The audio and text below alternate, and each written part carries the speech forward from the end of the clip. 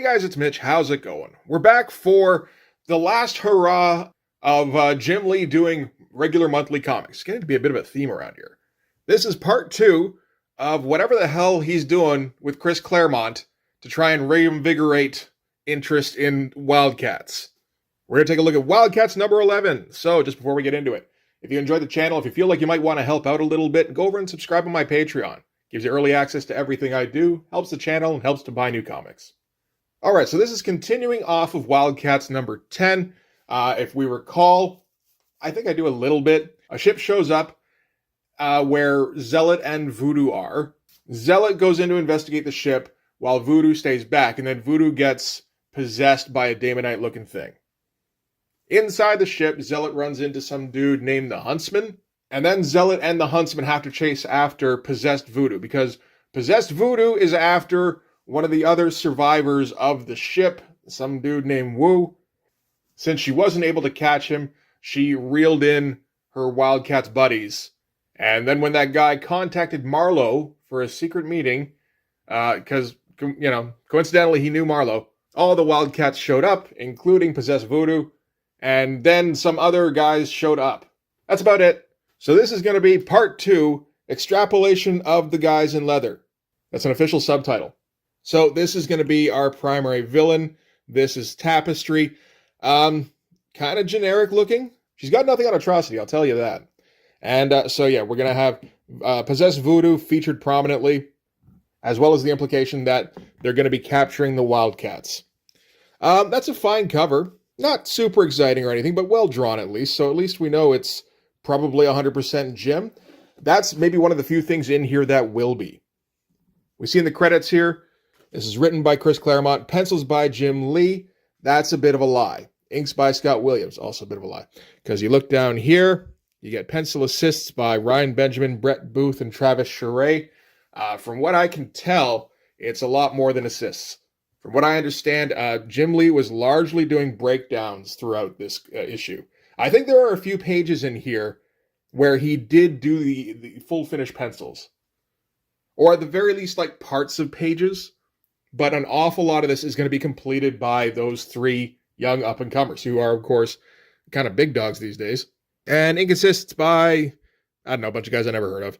So, once again, Jim Lee is having difficulty getting his book out on time. This one is dated 2 months after the last issue. The next issue is dated 2 months from now. And Jim Lee was never the fastest penciler. I mean, he goes way too hard on the detail, which is like one of the main things that everybody likes about Jim Lee.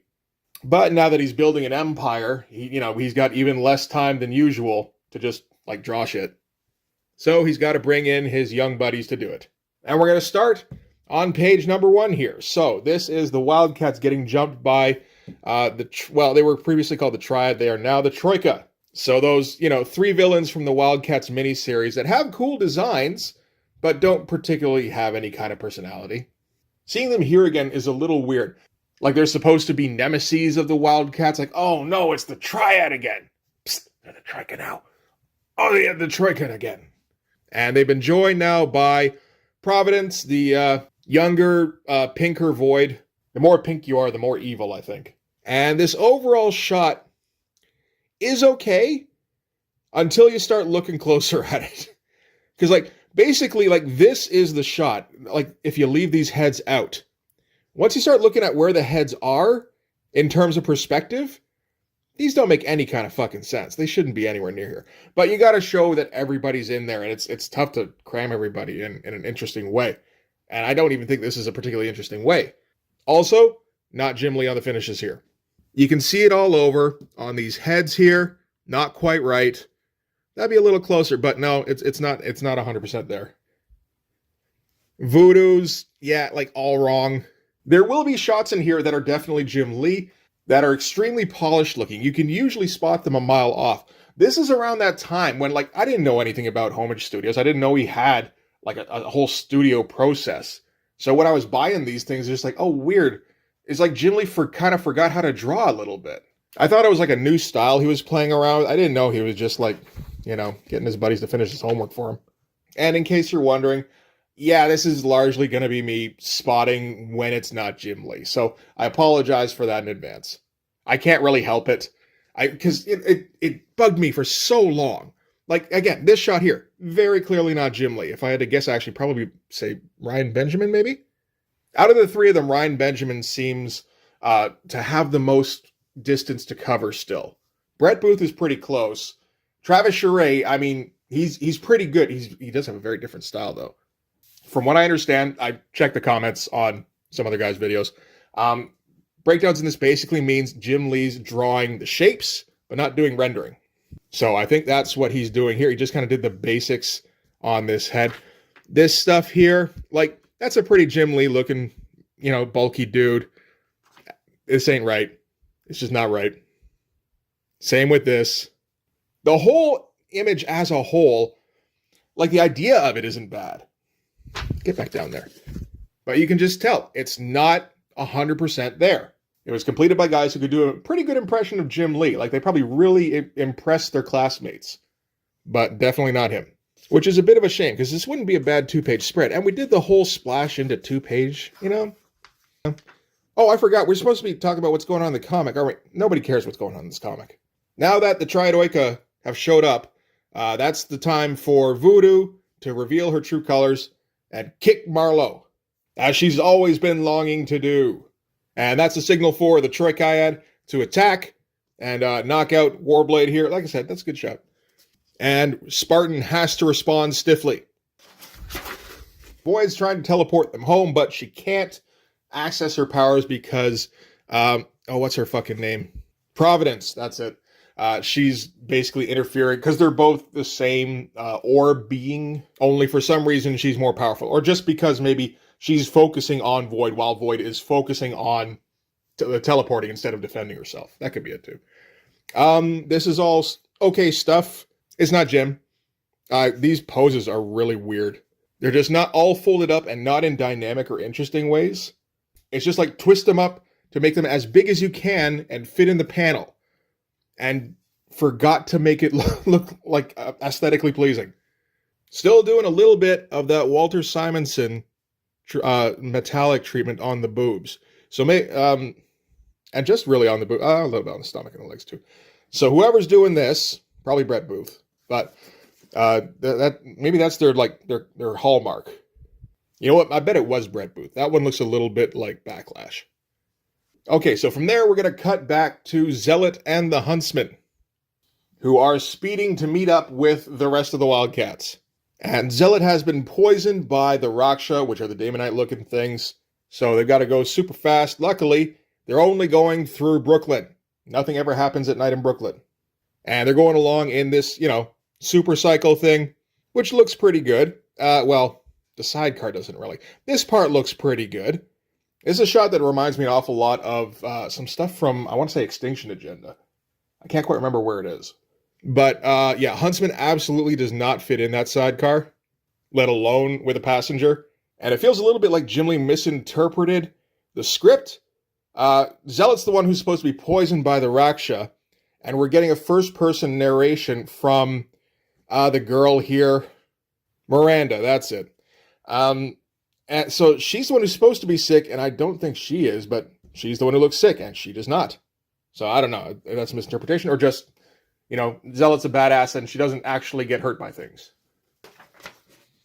Back to the battle.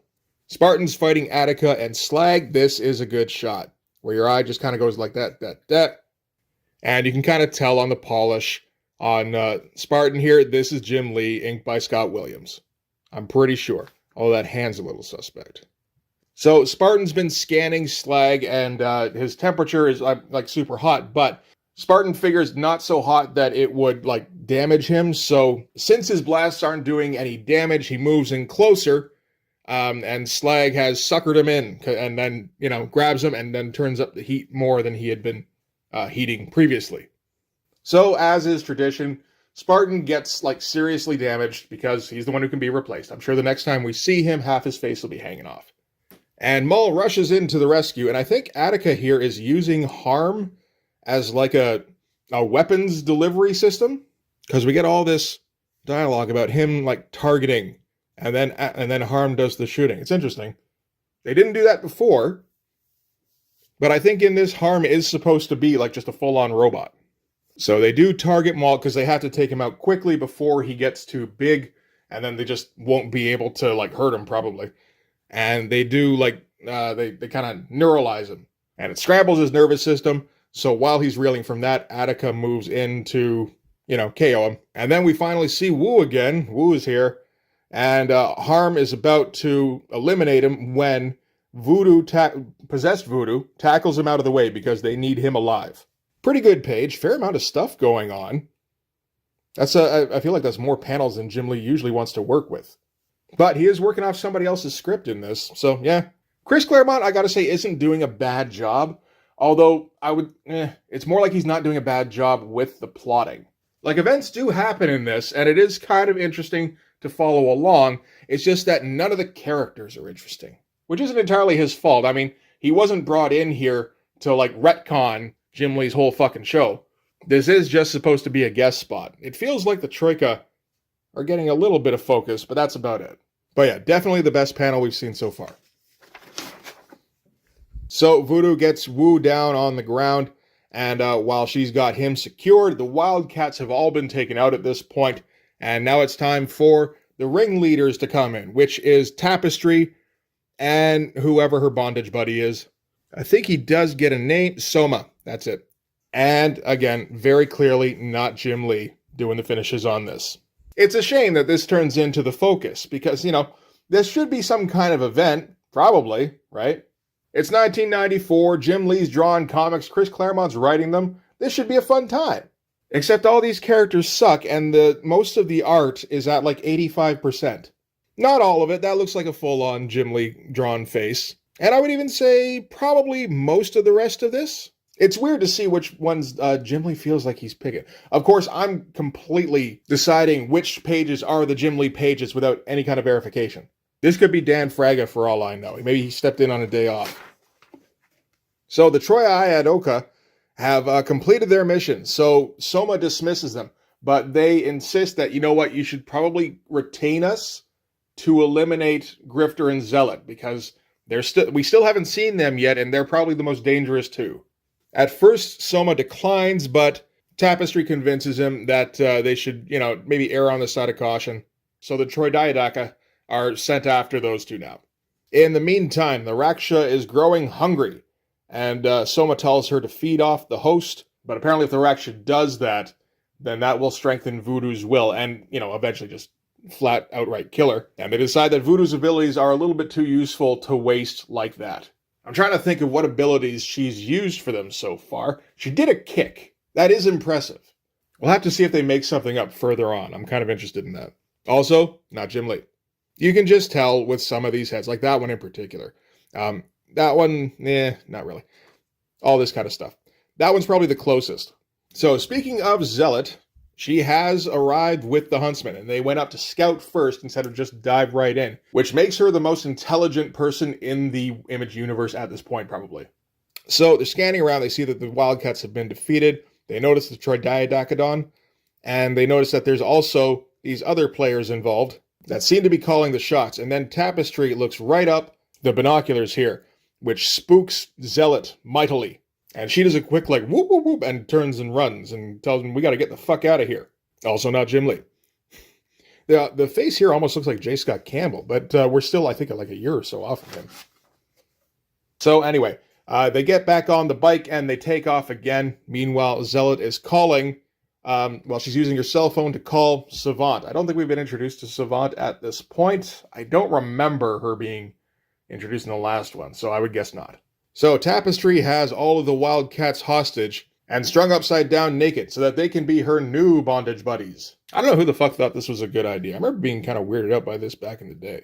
Also not Jim Lee. Looks close, but you get down to some of the details here, and it starts looking a little bit sloppy with these smaller figures, and Jim Lee's particularly good at that, which makes me go, well, maybe it was Jim Lee, and then he just, he had one of those ink assisters.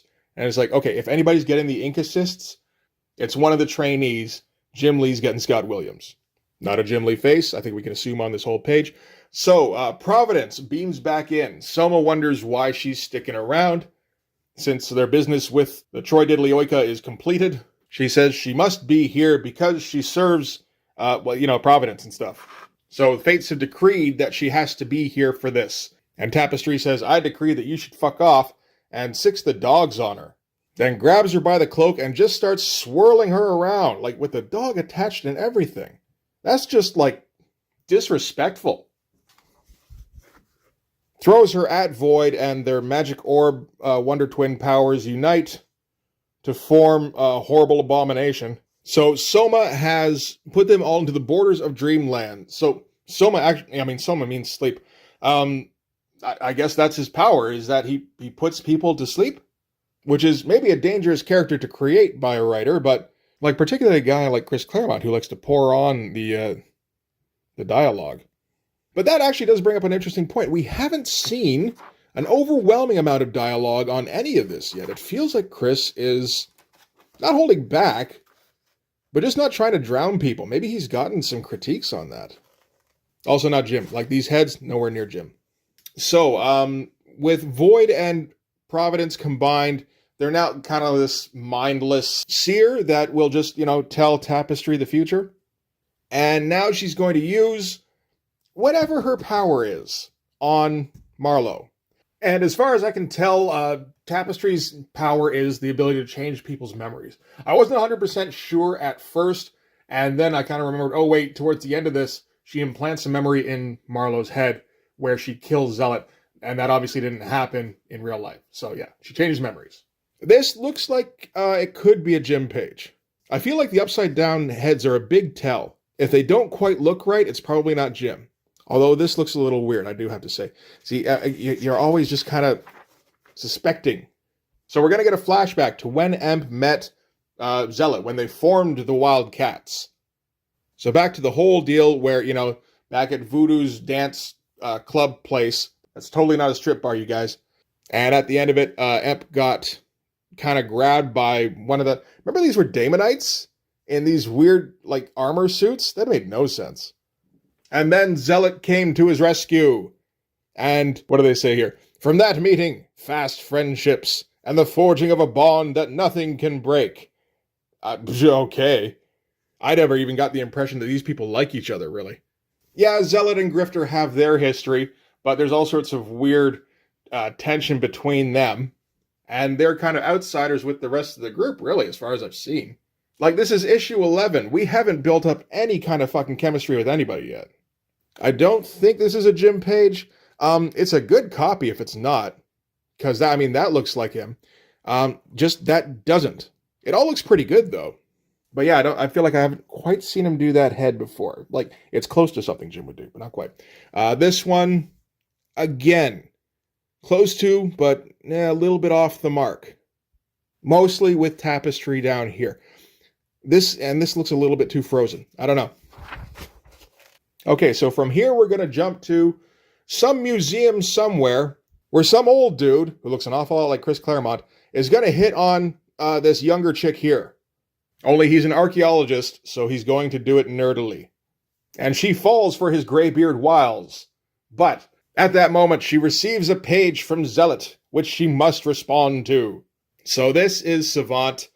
We just get the impression that she knows who Zealot is. We'll find out more about her later on, where she kind of becomes one of the replacement members of the Wildcats. Oh, and I believe this is mostly Jim Lee. There are little bits that look off, like this head, but just the amount of detail, like how the small stuff looks pretty good.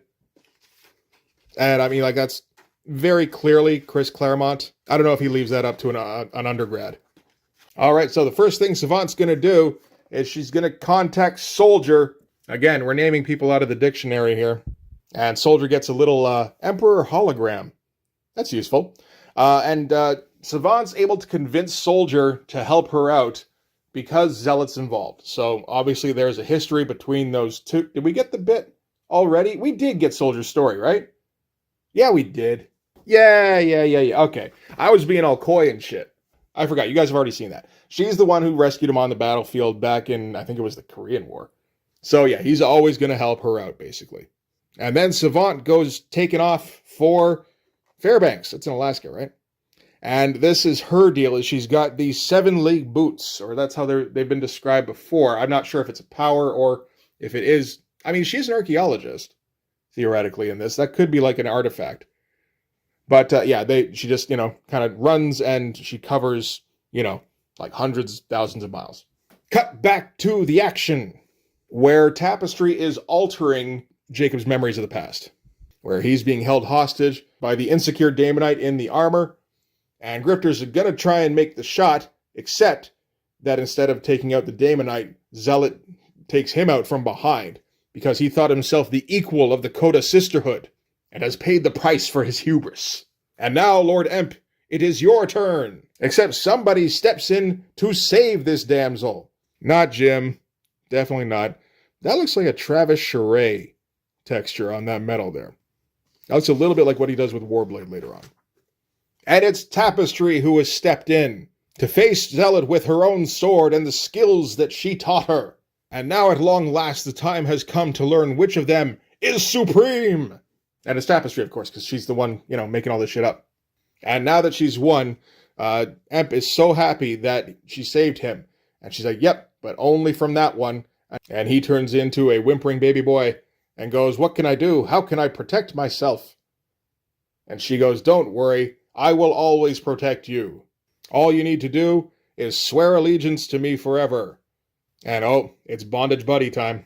Maybe a Jim page, nothing looks too off. I wonder with some of these heads, but almost definitely a Jim page. I don't think he's letting anybody else do that one. Although, isn't that Brett Booth hair? I could be wrong. Oh, it's time for a backup. How many pages was that? 23. And then backup on top of that. Is that extra value? If you were reading, a regular amount of pages of a comic that wasn't super interesting, and then they offered you, less interesting supplemental material, is that a good thing? I kind of tend towards no, a little bit. I guess it's neutral. You always could just close the book here. Unless you're doing a review video. So this one is going to be for Mr. Majestic. This is going to be written by H.K. Proger, not Geiger, and Ryan Benjamin, young Ryan Benjamin. And this is Mr. Majestic. So this was Savant's destination. Mr. Majestic is a Superman-level superhero who has isolated himself in Alaska. And Savant hops in and says, we need your help. And he goes, how did you find me? And she found him because she has this gadget here, this gyroscope thing. So the boots are probably also an artifact, yeah. And some tough poses after what we've seen. This is almost like Hepcats. But Savant says, we need your help. Majestic goes, no. And she says, but we really need your help. And he goes, no. Again, tough face. This must be right at the beginning for Ryan Benjamin. He's pretty good at filling in the cracks on a Jim Lee breakdown, but left on his own, he's still got a lot of work to do. So Savant shows him the thing that will convince him that he will help her. And he's super shocked by it. And so the thing, it's something that he did that he feels all guilty about and shit. And Savant says, suck it up, Buttercup, because you're needed. And that is actually kind of a cool shot with just the power signature stuff. And he powers up to Mr. Majestic, which almost feels like an Alan Moore character name. In future, he'll almost exclusively be called Majestic, I think. Maybe because they found out about the Charles Bronson movie. And that's the cool shot for this sequence. You know what? The structure isn't bad. We've seen guys try out this kind of foreshortening. Pat Lee comes to mind as the most recent. And it's a tough one to pull off. I feel like Ryan Benjamin kind of does it here. It gets a little squishy around the middle. But otherwise, not too bad. The finishing needs some work. But the thing that guilted Majestic back into action was Little Girl Doll. We don't find out what that's about. Maybe we do in future. Will we care? Who can say? Nothing about Savant, Majestic, or Soldier seems particularly interesting just yet. That could always change. I'm not really expecting it, but you never know. And yeah, so that's it for Wildcats number 11. Like I said, the plot moves along reasonably well. There is the difficulty that we don't know exactly what's going on with Tapestry and her powers. But, I guess we can always find out next issue. It's funny because Chris Claremont, built up a very likable group of quite a few characters. And he did it by making them into a family unit. And the first thing he does with this storyline is he kind of splits them up. He takes Voodoo away, and she's the one who tends to be the most relatable a lot of the time. And none of the rest of the guys really get any kind of exchanges with each other, not relating to each other. So then when we get to the bit where it's like, oh yes, friendship, bonds that will never be broken, it's like, I don't believe you. That's okay. We got, I hate to say it, we got better writers coming up soon. I think Joe Casey takes over in just a few issues. And then after that, it's Alan Moore. And I mean, you want to talk about some guys who've made some interesting characters, like Joe Casey is the guy who made Deadpool interesting. And Alan Moore does character work better than a lot of people. So we have that to look forward to at least. We do still have 2 issues of this Claremont stuff first to get through, though. Let's see if Jim can, maybe pick up some slack in the next one. I'm sure that's the case. Anyway, that's going to do it for this one. Thanks very much for watching. If you like this video, please hit like, hit subscribe, hit the notifications so you know when the next one's coming out. Go over and subscribe on my Patreon. Gives you early access to everything I do, from the Blood Force stuff to the YouTube videos before they get uploaded to YouTube, as well as some Patreon exclusive content. You can also follow me on Instagram and DM me there for commissions, and you can join the Blood Force Discord server. But yeah, that's going to do it. Thanks again for watching. I'll see you guys in the next one. Bye-bye.